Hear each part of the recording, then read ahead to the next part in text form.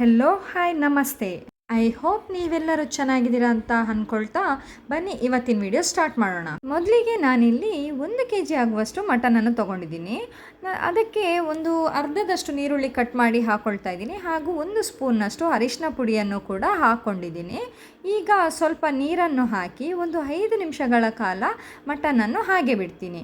ನಂತರ 2ರಿಂದ 3 ಸರಿ ನೀರಿನಲ್ಲಿ ಚೆನ್ನಾಗಿ ವಾಶ್ ಮಾಡಿಕೊಂಡ್ರೆ ಮಟನ್ ಯಾವುದೇ ರೀತಿಯ ಸ್ಮೆಲ್ ಬರೋದಿಲ್ಲ.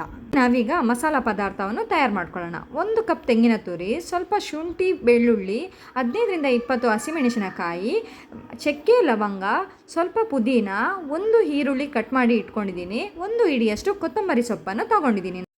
ನಾನಿಲ್ಲಿ ಗ್ಯಾಸನ್ನು ಹಚ್ಕೊಂಡು ಗ್ಯಾಸ್ನ ಮೇಲೆ ಒಂದು ಬನಾಲೆಯನ್ನು ಇಟ್ಕೊಳ್ತಾ ಇದ್ದೀನಿ. ಬನಾಲೆಗೆ ಸ್ವಲ್ಪ ಎಣ್ಣೆನ ಹಾಕ್ಕೊಂಡು ಅದಕ್ಕೆ ಕಟ್ ಮಾಡಿ ಇಟ್ಕೊಂಡಂಥ 15ರಿಂದ 20 ಹಸಿಮೆಣಸಿನಕಾಯಿನ ಹಾಕಿ ಚೆನ್ನಾಗಿ ಹುರ್ಕೊಳ್ತಾ ಇದ್ದೀನಿ. ಹಸಿಮೆಣಸಿನ್ಕಾಯಿ ಚೆನ್ನಾಗಿ ರೋಸ್ಟ್ ಆದ ನಂತರ ಅದೇ ಬನಾಲೆಗೆ ಚಕ್ಕೆ ಲವಂಗ ಹಾಗೂ ಕಟ್ ಮಾಡಿ ಇಟ್ಕೊಂಡಂಥ ನೀರುಳ್ಳಿಯನ್ನು ಹಾಕಿ ಹಸಿ ವಾಸನೆ ಹೋಗುವವರೆಗೂ ಚೆನ್ನಾಗಿ ಹುರ್ಕೊಳ್ತಾ ಇದ್ದೀನಿ. ನೀರುಳ್ಳಿ ಸ್ವಲ್ಪ ಬಣ್ಣ ಬದಲಾದ ಕೂಡಲೇ ಅದನ್ನು ತೆಗೆದು ಅದೇ ಬನಾಲೆಗೆ ಕಟ್ ಮಾಡಿ ಇಟ್ಕೊಂಡಂಥ ಕೊತ್ತಂಬರಿ ಸೊಪ್ಪು ಹಾಗೂ ಪುದೀನವನ್ನು ಹಾಕ್ಕೊಂಡು ಚೆನ್ನಾಗಿ ಹುರ್ಕೊಳ್ತಾ ಇದ್ದೀನಿ.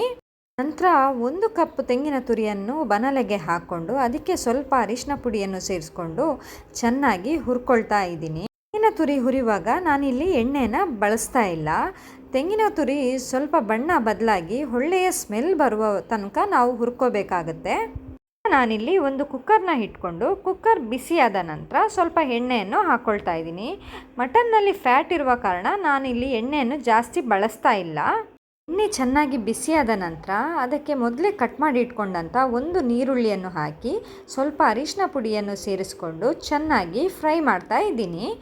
ಈರುಳ್ಳಿ ಚೆನ್ನಾಗಿ ಫ್ರೈ ಆದ ನಂತರ ಸಣ್ಣಗೆ ಕಟ್ ಮಾಡಿ ಇಟ್ಕೊಂಡಂಥ 2 ಟೊಮೊಟೊವನ್ನು ಈರುಳ್ಳಿ ಫ್ರೈ ಜೊತೆಗೆ ಸೇರಿಸ್ಕೊಳ್ತಾ ಇದ್ದೀನಿ. ಟೊಮೊಟೊ ಹಾಕಿದ ನಂತರ ಅದಕ್ಕೆ ಸ್ವಲ್ಪ ರುಚಿಗೆ ತಕ್ಕಷ್ಟು ಉಪ್ಪನ್ನು ಸೇರಿಸ್ಕೊಂಡು ಚೆನ್ನಾಗಿ ಫ್ರೈ ಮಾಡ್ಕೊಳ್ತಾ ಇದ್ದೀನಿ. ಟೊಮೊಟೊ ಫ್ರೈ ಆಗುವಾಗ ಉಪ್ಪನ್ನು ಸೇರಿಸ್ಕೊಂಡ್ರೆ ಟೊಮೊಟೊ ಚೆನ್ನಾಗಿ ಬೇಯುತ್ತೆ. ಇಲ್ಲಿ ಈಗ ಟೊಮೊಟೊ ಚೆನ್ನಾಗಿ ಫ್ರೈ ಆಗಿದೆ. ಚೆನ್ನಾಗಿ ಫ್ರೈ ಆದಂಥ ಟೊಮೊಟೊ ಹಾಗೂ ಈರುಳ್ಳಿ ಜೊತೆಗೆ ನಾವು ವಾಶ್ ಮಾಡಿ ಇಟ್ಕೊಂಡಂಥ ಮಟನನ್ನು ಸೇರಿಸ್ಕೊಳ್ತಾ ಇದ್ದೀನಿ. ಅದಕ್ಕೆ ಸ್ವಲ್ಪ ನೀರನ್ನು ಸೇರಿಸಿ ಚೆನ್ನಾಗಿ ಮಿಕ್ಸ್ ಮಾಡಿಕೊಂಡು ಕುಕ್ಕರ್ನ ಮುಚ್ಚಳ ಮುಚ್ಚಿ 3 ವಿಷಲ್ ಬರುವವರೆಗೆ ಬಿಡ್ತಾ ಇದ್ದೀನಿ. ಮಟನ್ ಚೆನ್ನಾಗಿದ್ದರೆ ನಮಗೆ ಇಲ್ಲಿ 3 ವಿಷಲ್ ಬಂದರೆ ಸಾಕಾಗತ್ತೆ.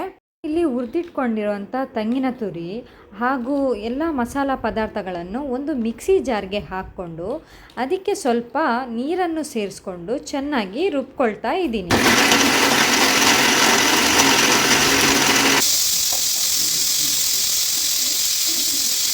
ಮಟನ್ ಇಲ್ಲಿ ಚೆನ್ನಾಗಿ ಬೆಂದಿದೆ.